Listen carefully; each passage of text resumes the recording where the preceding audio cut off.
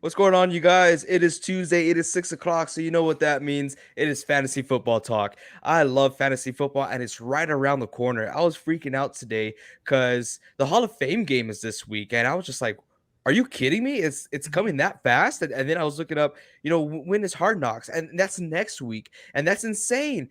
Football is here, you guys. I've been watching training camp all day long, and unfortunately, we've been suffering through injuries already. A lot of teams hitting some good names out there, man. Especially the Broncos. Rest in peace to those guys. I still got high hopes for them, and not in a bad way. And They not a didn't bad way. die. I know, but their 2022 season did.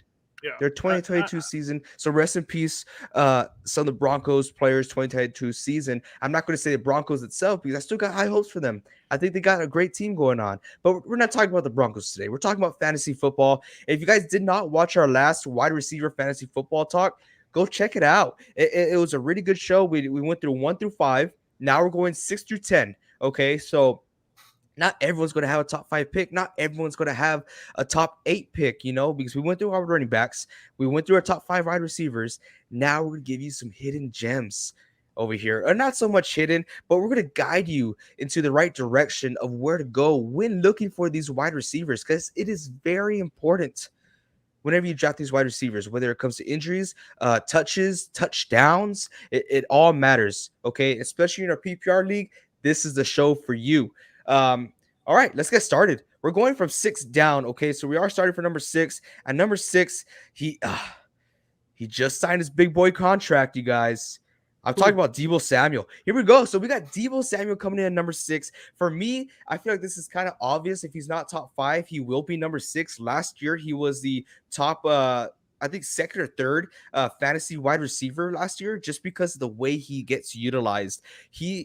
He's still going to be utilized the same way. And I know the rumors are going out saying he doesn't want to be used as a running back. He doesn't want to be in the backfield. He's getting older. He's going to get hurt and injured. That's a ton of BS. Just like what I was telling everyone, that he wasn't going to get traded. Ton of BS. Don't listen to those guys, okay? This guy wants to run the football, okay? There's some incentives in his contract. Let me read this out for you guys, okay? If Deebo Samuel runs for 380 yards or more in the season, he will receive a $650,000 bonus. $650,000 bonus. That's some good money, okay? Hear me out now. If he does not reach the 380 plus rushing yards, but scores 3 rushing touchdowns, he receives a $150,000 bonus. Insane. So yeah, he gets that much money. And last year, just for example, if you don't believe he's going to get 3 rushing touchdowns, last year he had 8 rushing touchdowns. Okay, and another stat for you non-believers, he had 6 receiving touchdowns. And yes, he's going to be with Trey Lance. 4 of those receiving touchdowns was from Trey Lance. Are you kidding me? 4 of them out of those 6. And Trey Lance only played 2 games last year. Yeah, tell me what's up now. He's going to be the wide receiver 6. Great asset to your team. Great asset. All right. I definitely agree with AJ. This guy, it plays extremely well on the field, and especially as a dual threat. Those, when I saw this in sentence, I thought they were way too low, in my opinion. 3 touchdowns, 3 rushing touchdowns. That guy, Deebo Samuel, can get that in 1 game. Honestly, if he has one of those crazy games, he can get that in 1 game. But yeah, he's going to put up insane numbers. He's a great guy to pick. But, AJ, whenever we talk about Deebo, and especially when I asked you what your thoughts yesterday off the podcast about the Deebo contract, you were not happy with it because you have said every single season that Deebo has played in the NFL, other than last year, he has been injured. He has been either multiple games, a few games here and there, but he's always never been somebody who can stay healthy. So, remember that when you're picking this guy, he may potentially miss a few games here. Mm-hmm. It's kind of like CMC, you risk that top 5 wide receiver potentially or a total bust. Health is a big issue here. Yeah, man, I was just about to back up AJ here, and not because I believe in the 49ers or anything like that, but they're already going through injuries right now in minicamp. But I think when you're drafting anybody, it's happened to me. It's happened to AJ. I don't know if it's happened to Reed because he usually gets pretty lucky. With auto draft. Back in the day, it was rough out there. But yeah, when you're drafting anybody has a chance to get hurt. Deebo Samuels has too much going for him to not draft him because you think he might get injured. But just like AJ and Reed said, this guy is the cream de la crop when it's outside of the top 5. He's the guy to get if you're at pick 8, pick 7, because he's probably going to fall because nobody's going to really look at him too much. But he is a guy to look at. So that's all I got to say. He's a good wide receiver, and he's going to help you win some games. Nice. And if you guys are interested in hearing my thoughts of why I was kind of upset when he did get signed, stay tuned. The 49ers talk is coming out. This is my announcement. I will be talking solely about the 49ers. I might be joining with these guys. I might not, but that's my first topic. Deebo Samuel signed with the Niners. It's going to be great. And I'm probably going to receive a lot of criticism, but I'm one of those guys who's a realist, okay? I'm not going to say the Niners are going to go to the Super Bowl every year. Go ahead. When's it coming out? Might come out this week. It might come out Sunday. So y'all Sunday, that's soon. Okay. Yeah. So stay tuned. Okay. And by the way, the Niners do have a chance of going to the Super Bowl every year. So going on to number 7. Jeez. Going for one Deebo Samuel, one bell cow of the team to another, we have Tyreek Hill. We got Tyreek Hill coming in at number 7. He's playing for the Miami Dolphins, who just loaded up their team, who just lost their owner because, you know, it's a proven fact that he's a cheater. So hi. So what's going on, Nestor? Thank you for being here live. So yeah, he's going to be a Deebo Samuel type player, that do it all type of guy. He will be the deep threat. He will be the go-to guy in the slant routes. And he will be lining up, believe it or not, in the backfield. They have Mike McDaniels as their head coach. Coming off the Shanahan system, he was the offensive coordinator. So what do you think is going to happen? They're going to translate that Niner type offense, that run heavy offense, and they're going to use a dynamic player that could do it all, like a Deebo Samuel. Who's that guy? Who's probably the best in the league at it? Tyreek Hill. He's a speedster. They're going to use him a lot, especially in a PPR league. He's going to be seeing that ball day and night, you know, even his dreams. He's going to be receiving that ball. So pick him up.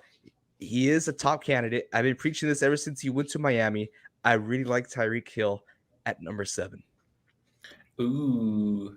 Well, you would think me being a Tua enthusiast, I'd agree with you, but I don't.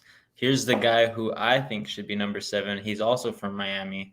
His name is Mr. Jalen Waddle. I think a lot of receivers, or a lot of cornerbacks, sorry, my bad. A lot of cornerbacks are more scared of Tyreek Hill, and that's going to put him at a downfall, and Jalen Waddle is going to succeed off of that. And we see all these videos coming out from Miami's mini camp and all these, you know, drills that they're running with not all the defense on there. Tyreek Hill and Tua look amazing together, but nobody's showing them how him and Jalen Waddle look. And I bet you all the money that I'm going to win this year in fantasy, that Mr. Jalen Waddle is going to have a better I love when this guy talks to someone that's not there. But producers. yeah.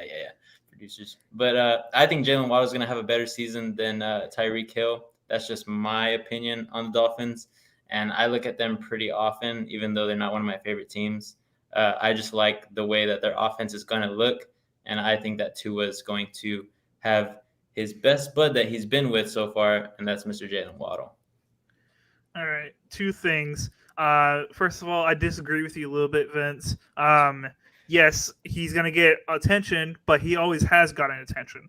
For the past 3 or 4 years, people have been paying attention to Tyreek Hill, and he's constantly blown the top of defenses and put up points. So that's where I disagree with you. But I'm also not too big with Tyreek Hill also. I had him last year in one of my leagues, and the dude was the biggest headache ever. He would put up 30 points one game, and the next week give me 0. I could not trust him on a week-to-week basis. I would start him. He would get me 0 points, and then the next week I would bench him because I couldn't trust him. Then he would put up 30 on my bench.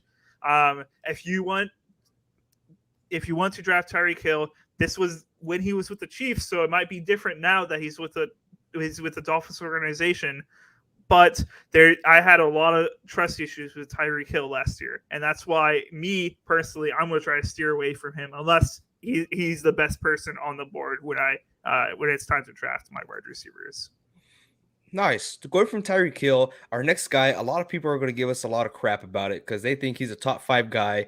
No, he's not a top 5 guy. But Cowboys fans, saddle up, baby, because we got CeeDee Lamb at number 8. And yes, I you guys might think I bash on CD a lot, but honestly, fantasy wise, at this ranking, he's not a bad pick. Not that bad. All right. They did lose Amari Cooper. They also lost remind me again. I think his last name was what? William? Um totally forgot, right? So they lost 2 wide receivers, opening up over 200 receptions for CeeDee Lamb and Dalton Schultz to split. Okay, and don't give me, oh, but they got Washington from Pittsburgh. Yeah, he's injured. He's injured. Did y'all know that? I mean, I just found out too, but that's unfortunate. But CeeDee Lamb will be carrying that load, and yes, he will be getting double covered, but he is just that big of a threat, and he's so dynamic as a wide receiver that I do feel like they can get him the ball. Now, Wilson, yes, thank you so much. I was right. Wilson, yeah. Pete, thank you so much for being here, man. But yeah, so opens over 200 receptions for him and Schultz to pick up. The only thing I don't like about Lamb is that he's not involved enough in the red zone. So if they can correct that and get him involved in that red zone area to get him touchdowns, then he will bump up fantasy dramatically, which he has the potential to now that these wide receivers are gone and Washington unfortunately got injured. You also have to remember that Michael Gallup is also injured. That they re-signed, and he's going to be coming off. I think it was his ACL tear. ACL, yes. Yeah. Mm-hmm. So he's going to be coming off of that. I'm not sure exactly what his time frame of when him coming back is, but definitely those beginning games, he's not going to be able to play, and CD is going to be the only option, and that could be good or bad for his fantasy stock. But I think CD is a great talent. I think he can put up huge points, and I think if you have him available, me personally, I would pick CD over Tyreek Hill. If I see both of those guys on the board, I'm taking CD. Wow, okay. Yeah, wide receiver 1, yeah. I would have to agree with Reed there. I think I would actually pick up CeeDee Lamb, not because I trust the Dallas Cowboys offense, even though it was one of the number 1 offenses last year. It's just because he's a dynamic wide receiver, like AJ said. I think that they could possibly use him in a lot of packages, putting him in the slot, putting him as a number 1 receiver. It just depends on who's on the field. But I think when Dalton Schultz is there, sorry, we got some comments back here. But producers saying things, But I just think CeeDee Lamb, when he's on the field with Dalton Schultz, I think a lot of people give Dalton Schultz a lot of respect, and we talked about that when we talked about our top 10 tight ends. I think that he is one of the best tight ends this year in fantasy, and I think CeeDee Lamb is going to be one of the best wide receivers as well. Dak Prescott is just good at the quarterback position. We've kind of bashed on him quite a bit because he's kind of inconsistent some here and there, but so the Cowboys are every year. But CeeDee Lamb has always been a guy that's been pretty consistent, unless everything is going wrong on the offensive side for the Cowboys. And the Cowboys can find it this year. I really do believe they can.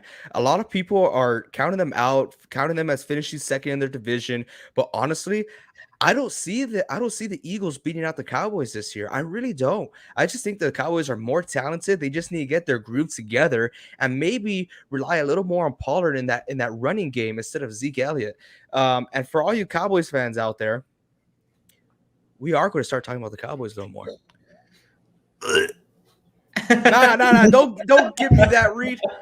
We are going to start talking about the Cowboys. That's why I went off screen right now. I had to throw up. Okay, that's a little too much. Okay, maybe Vince and I will talk about the Cowboys. Love you guys. Though that's the majority of our fan base. I love our fan base. That's the most perfect card I've ever seen, Reed. Thanks. Just for the Cowboys. Take a screenshot of that. Take a screenshot of him doing a heart with CeeDee Lamb on here. Yeah. No. I want you. Delete the VOD. No. We should make a bet, right, where he has like his fantasy name as Cowboy Lover or something like that. But I don't know. We'll get creative with it. Okay. And speaking about fantasy football, don't forget we do have an NSP fantasy league that will be opening up very soon. I'm still trying to learn all the kinks and crevices of all this, but it will be a free league. So you will be able to enter free. I've just decided this, okay, because this is supposed to be fun. Okay, we're supposed to be growing together as a community. So I want this to be free, and there will be a prize at the end. Okay, not a cash prize. Okay, like I said, it's gonna be a fun league. So I will come up with a creative trophy. So the winner will win a fantasy football trophy for them to hang on their wall or throw in the trash can. I don't care. Okay, but this is just gonna be fun. So if you guys are interested in the NSP Fantasy League, let me know, comment down below, or message us on Twitter at Not So Pro Football Talk, and we'll put you in. We still got slots available, you guys, and it's closing in, but this is going to be a lot of fun. It's going to be a fun fantasy football season. Awesome. We got some shade in the comment section. Go ahead and throw it up there. Throw it in? Yeah, okay, throw it Pete in. De La Pena says, you'll be throwing up when Green Bay loses the NFC Championship to Dallas. Yes, Oh, yes. wow. It's really funny because the Dallas Cowboys have never even been in an NFC Championship since Pete's been alive. So I don't know why he's talking all this trash, dude. Reed, that's enough. Well, it's true. I just stated a fact. I'm sorry you don't like this the is fact. Dallas's year. This is the first I've heard of this. 17-0, baby. You know what? I do have a dark horse team in the NFC, and I'm really high on the Minnesota Vikings. You guys know this, but I do have high hopes for the Dallas Cowboys. They play this year too, don't they? The Cowboys and the Packers. Yeah, I think it's November 14th or something like that. Yeah, we should hype the hell out of that game. It's gonna be a good. lot of fun, especially with It'll be our on Lambeau. fans. Hell yeah! Oh yeah, it'll be a lot of fun. I'm gonna try to go to one of those games. So Ooh, nice. We'll see. Yeah, we will see. All right, let's go on with our fantasy football talk. We're going to number 9. Okay, this guy has been a stud for many years, and he has one of the best quarterbacks in the league, and the best quarterback, quote unquote, of all time. Whatever. We're talking about Mike Evans. Okay, this guy has a big role this upcoming season. They did lose Antonio Brown, just like the Dallas Cowboys. There's going to be this one's 160 receptions that are left out on the field, and who are they going to go to? Hopefully Mike Evans, because that's the only thing that worries me. He does not get a lot of yards. In the past 2 seasons, he barely got over 1,000 yards. So that is a huge red flag. So why is he at number 9? Because he hits monster numbers for touchdowns. This past season, he had 14 touchdowns, and the year prior to that, he had 13 touchdowns. Fantasy-wise, this is awesome. You want this in a wide receiver, and he is going to play a huge role this upcoming season because he's a big wide receiver. They just got Julio Jones. What is he? He's a big body wide receiver. That's what they're going to be utilizing, okay? So watch out for Mike Evans. I do feel like he's going to be a top 10 wide receiver for fantasy, and I do believe now that Rob Gronkowski is gone, he will see some bigger numbers in the red zone. So watch out for Mike Evans. This guy's going to kill it. Dang, you just took the words right out of my mouth. I was waiting to talk right now just because Gronk is gone, guys, and Gronk had so many touchdowns. He had, I think, like 3 or 4 games where he had 2 touchdowns, and that was taken away from Mike Evans' production. But I remember a little friend of ours, Mr. J-Lo, Joseph Longoria, shout out to him. He did decently well in our fantasy league, but he had Mike Evans, and I always hated when I had to play him because every time I played him, Mike Evans would get 2 or 3 touchdowns. It didn't matter who they were playing, what week it was. Mike Evans was very consistent. Just like AJ said, he had 14 touchdowns, 13 last year. He's just a consistent guy, and he always has been. He's been with the Bucs for so long. It feels like 10 years, but it's probably less. But Mike Evans is just Mike Evans, you know? Yeah, Mike Evans is an amazing talent. He's going to put up those touchdowns. And you also got to remember that Chris Godwin's going to be missed the first part of the year. So a lot of those touches are also going to go to Mike Evans. So I'm definitely excited for the first half of the year for Mike Evans, and we get to see how he does. Nice. Okay. That's Mike Evans for y'all. Now we're going to number 10. Number 10, he had a struggling year last year with 63 receptions, 869 yards, and 5 touchdowns. And yes, that is struggling for fantasy. But I have this guy as my comeback fantasy player of the year. Yes, you've never heard that term before, but comeback fantasy player of the year. One of my favorite players in the NFL. I have A.J. Brown in the Philadelphia Eagles. Yes, I know I'm not the highest on the Eagles this year. I know I'm not the highest in Jalen Hurts this year, but I'm high on this wide receiver, and I'm very high on their offensive line. They have the number 1 ranked offensive line in the league. That that speaks volume. Okay, this play's huge. So now Jalen Hurts is going to have time. Hopefully he doesn't scramble as much because that's going to take away points from AJ Brown. I know this guy has the talent and the potential to hit those awesome numbers for fantasy football. It really just comes down to Jalen Hurts. Not the biggest fan of him. He's going to be big for fantasy points. Jalen Hurts, you might want to pick him up. But AJ Brown, I've liked him in the past 2 years with the Titans. I think he's a very reliable wide receiver. Last year, he did fall off a lot, but he was starting to pick back up again towards the end of the season. And hopefully, he can find that rhythm with Jalen Hurts and a quarterback who has a lot of confidence. No shade at Ryan Tannehill. Yeah, I think AJ Brown's going to have an incredible year. He got traded from the Tennessee Titans because he has this amazing agent that got him there. But he's going to be with the Eagles now, and really excited for him. I think Ryan Tannehill has kind of just like wasted away his talent. And we get to see Jalen Hurts gets to get him the ball. I think personally, even with a bad quarterback, if Jalen Hurts is bad, just being a amazing talent like AJ Brown is, he's still going to be able to put up points. So I think he sits really good right there at number 10. Bad quarterback. Was he talking about Tannehill or was he talking about my boy Jalen Hurts? I believe he was talking about Hurts, man. That hurt right here in the core zone. You know what I'm saying? That just disgusted me, Reed, because Jalen Hurts is an MVP candidate, whether you like it or not. Oh my gosh! Don't talk with this the guy MVP off the screen. candidate. Take him off screen. You have the ability to. You can do it as well. He's done. He's out. No, but I agree with y'all. I think AJ Brown's going to have quite a bit of a comeback year. The Titans really did hold him back. He only had 2 seasons where he had 1,000 yards, and it was barely over 1,000 yards. He did have 1 season where he had a lot of touchdowns. I think it was like 11, 12, 13, something like that. But last year he did struggle, and the Titans were just rampaging with the run game. And the Eagles don't usually do that anymore. So I think that they're going to focus a lot more on passing the ball. Jalen Hurts has a pretty good arm, in my opinion. But he is also a runner. So that's going to open up some lanes for AJ Brown if he has good stamina, because he usually doesn't fight for extra route areas or extra yards a lot. So it's all dependent on AJ Brown and how he wants to come back and be with his first year as an Eagle. So Philadelphia, you got a good one, but it's all dependent on his work ethic when he comes in. That's very true. Very well said. You guys have such different perspectives on the Eagles and Hurts. It's just insane.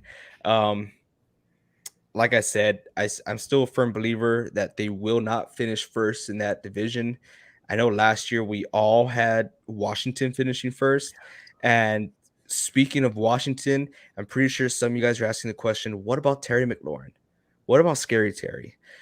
You see, Washington fell apart last year, and they're falling apart this offseason as well. There's so many distractions going on that it's hard for these players to focus. And coming in with a new quarterback, Carson Wentz, I also believe is not the strongest when it comes to wide receivers. So Terry McLaurin, I feel like he will struggle, but I definitely see him. This is tough, definitely. Maybe as top 15 fantasy wide receiver, just because of how good he is. And I feel like he's in a very similar situation as AJ Brown. He has the potential to lead the team in receptions, to lead the team to victory when these games, but it's solely dependent. I can't say solely dependent, but because it really relies on Carson Wentz and his gameplay and the offensive line. That's what struggled last year, was the O-line and the D-line. They fell apart with injuries and just no connection there whatsoever. So that was a huge blow for him. Hopefully we can see him come back, but I still have AJ Brown as my comeback fantasy player of the year next year, top candidate. But that's our top 10. We finished our top 10. If you guys did not see our top 5 wide receivers show, go search it up at NSP Football Talk on YouTube, Facebook, Spotify. We're everywhere. Christian Kirk, top 3 of the list is invalid. Wow. Get this Ian guy out of here. Who is this guy? We know it's Ian, man. Who is this guy? Christian Kirk.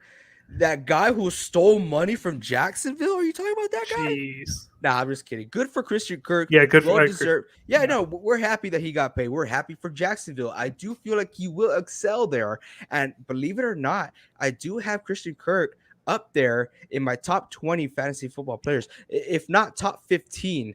No. Don't put him down. I'm saying top 20. That was a really big drop off there. That was a huge jump. No, I do like Christian Kirk a lot. And listen, I have a lot of confidence in the Jacksonville Jaguars. The more I see them this offseason, the more I see them in training camp, the more I'm starting to like them. The decision to sit out Trevor Lawrence and Travis Etienne for the Hall of Fame game was very mature and very smart on the organization itself. I do believe this is a good turn for them. And this just confirms that Travis Etienne will be that number one running back. So his fantasy stock just shot up through the roof, man. It is up there, my brother. Yeah, he says, I think Etienne is the best fantasy player for the Jags. He is, because I do believe he will be that bell cow. And I know you guys have a good running back room, but he will be that first, second down back that just pounds it through.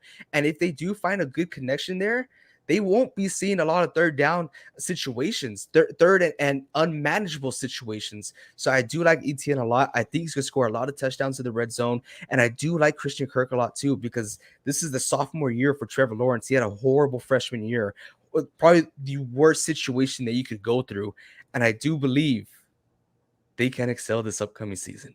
I'm super excited. Look, you got me all ramped up on the Jacksonville Jaguars. Never did I think today, when I'm talking about top 10 fantasy receivers, I'm talking about the Jacksonville Jaguars. So thank you for joining the show live. We appreciate you. And if y'all did not know, I'm going to say it again because we need some players. We still got some slots left. NSP Fantasy Football League. It is free to join. You will win a trophy. Well, you won't. You have a chance. Really no chance of winning this trophy because us three will be in the league, okay? But you guys get the upper hand because you guys hear what we have in our minds beforehand. So you guys are literally reading our minds. You guys have the upper hand here. You guys have the advantage. Join the league. It's going to be fun. It's going to be free to join. Is link in Discord. I can add the link. I'll add I will be finalizing this league this week. Okay, so it's not finalized just yet. I will be creating the league. I am the commissioner, so pay respects to your commissioner. Take that knee. I'm just kidding. I've been watching too many Game of Thrones. Bend the knee.